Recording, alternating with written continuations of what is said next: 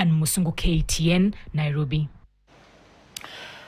Mtazamaji, usiku wa leo vile tunakuletea simulizi ya kusikitisha ya vijana wa Kenya ambao waliolaghaiwa kwa ahadi za kazi zenye malipo makubwa nje ya nchi, lakini wakaishia kusukumwa katika mstari wa mbele wa vita vya Urusi. Baada ya miezi kadhaa ya majonzi, majeraha na kutelekezwa, manusura 18 hatimaye wamerejea hapa nchini. Kurudi kwao ni faraja, ila wanasalia na makovu ambayo yanayoelezea hadithi ya majonzi, kama anavyoelezea mwanahabari Vera Mora.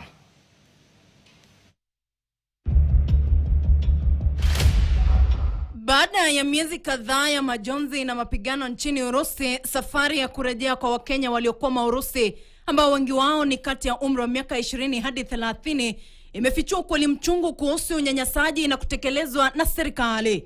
KTN ilizungumza na mmoja waliorejea kutoka Urusi ambaye alitaka jina lake na sura kubanwa. Anasema manusura wengi walijeruhiwa vitani na droni za Ukraine, wakalazwa hospitalini na baadaye wakatoroka, wakijikokota hadi ubalozi wa Kenya mjini Moscow.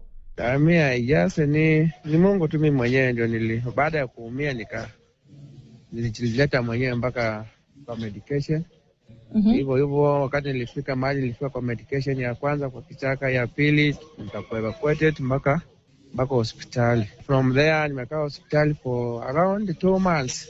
So ile hospitali nilienda ya mwisho, at least pale ndio nilipata mwanya kwa nini ya kujitoa mwenyewe. Nikaenda mpaka embassy. Sasa hapo ndio nilikuwa facilitated nikarudi.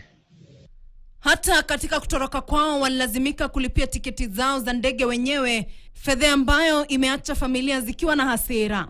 Embassy just facilitated mambo ya airport, but mambo na kulipa ndege mimi mwenyewe ndio nilitumia my own money. Na ilikugharimu pesa ngapi? I think I used 70,000 rubles. Wizara ya mambo ya nje sasa imethibitisha ulanguzi huo wa Wakenya katika jeshi la Urusi, ikikadiria kuwa takriban raia 200 huenda wamehusishwa. Baadhi tayari wamewasiliana na ubalozi wa Kenya Moscow, wakiripoti majeraha na kuomba msaada.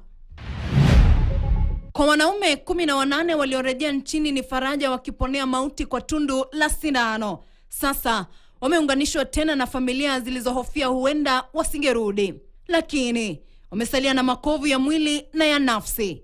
Vera Mora, KTN.